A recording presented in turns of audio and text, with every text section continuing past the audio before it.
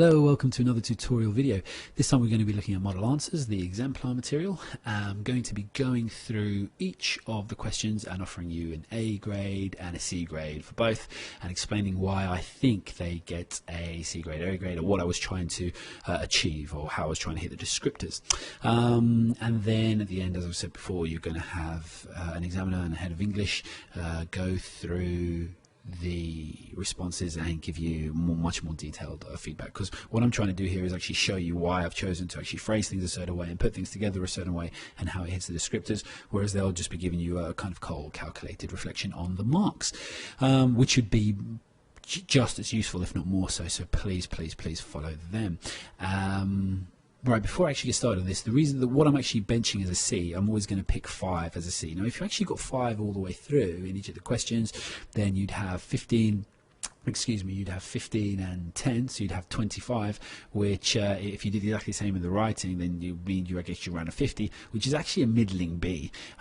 So you might wonder, why am I not looking at the 4 rather than looking at the 5? The reason being, first of all, is expectations. If I ask you to go for a 5, if we even try and reference down here, then we're just getting into a grey area we don't need to. What we should try and go for this middling C.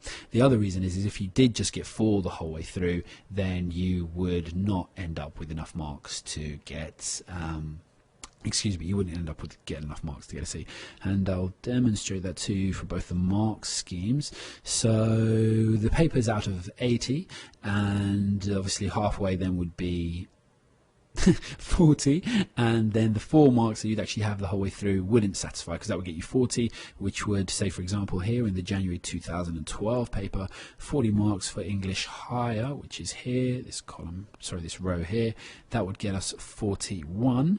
And here we have the June 2011 one, and again the higher tier, which is here, that one we actually needed 43 to get the C grade. So you can see from that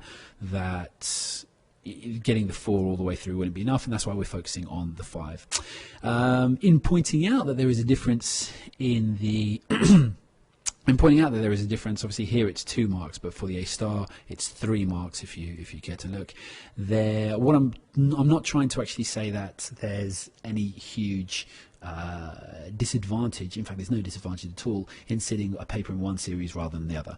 What you've got to understand is that there's hundreds of thousands of students doing these exams across the country, and the examiners have to keep the relevance of the grade. So if I turn up to a college and say, hey, I got an A star, then the presumption is that that's a very rare grade. I think it's only 1 or 2% of students get A stars, so that's much more appealing. If the AQA had actually set the exam so it was really easy somehow, but obviously they're not really going to do that because they've got years of experience in doing it.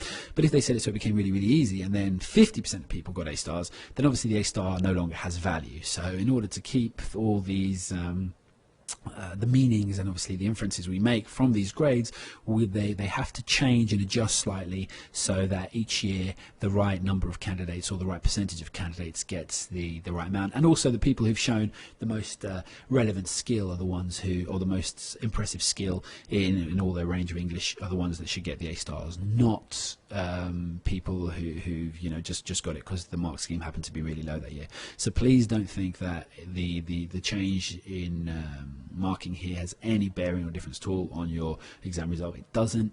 AQA always accommodate for that, and as you can see, the difference is only a couple of marks. So because I do get students saying, oh, especially with A level, oh, if only I'd have sat it last year, then I would have this or would have that, and they don't get their heads around the fact that it's all appropriate. It's all appropriated, sorry, so that we keep the values of the grades, which ultimately benefits everyone.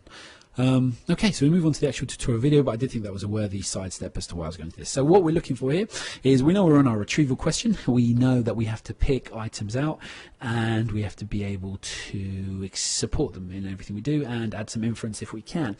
So we look then at the band 3. I show clear evidence that the text is understood, so I'm making myself very clear, and I'm actually picking picking out the right points. I show clear engagement with the text, and my engagement basically means that I'm actually working with it. So if I pick out something from just paragraph 1, 2 points for paragraph 1, that does not show clear engagement. That would be an attempt to engage, or perhaps even if I only did one, some limited engagement, especially if it didn't make sense. What I'm looking to do is actually work with all the paragraphs. So if there's something in paragraph 1, something in paragraph 3, something in paragraph 5, then I can pick that out. Begin to interpret the text and make connections between issues and concerns. So again, I can actually make my own, not conclusions, or start to develop my own conclusions from what the writer is actually trying to tell me.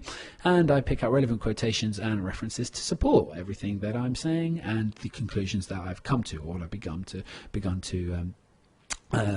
deduce. If you do want to have a look at this and obviously pause it and read it as a response, it's the part used in the exam was, I think, about 2/3 of an article that was published in the Telegraph. So if you just put Ben Leach and you put in wind farms could into Google, it comes up. It's a Telegraph article, and I think you only read about 2/3 of the way through, and then it stops.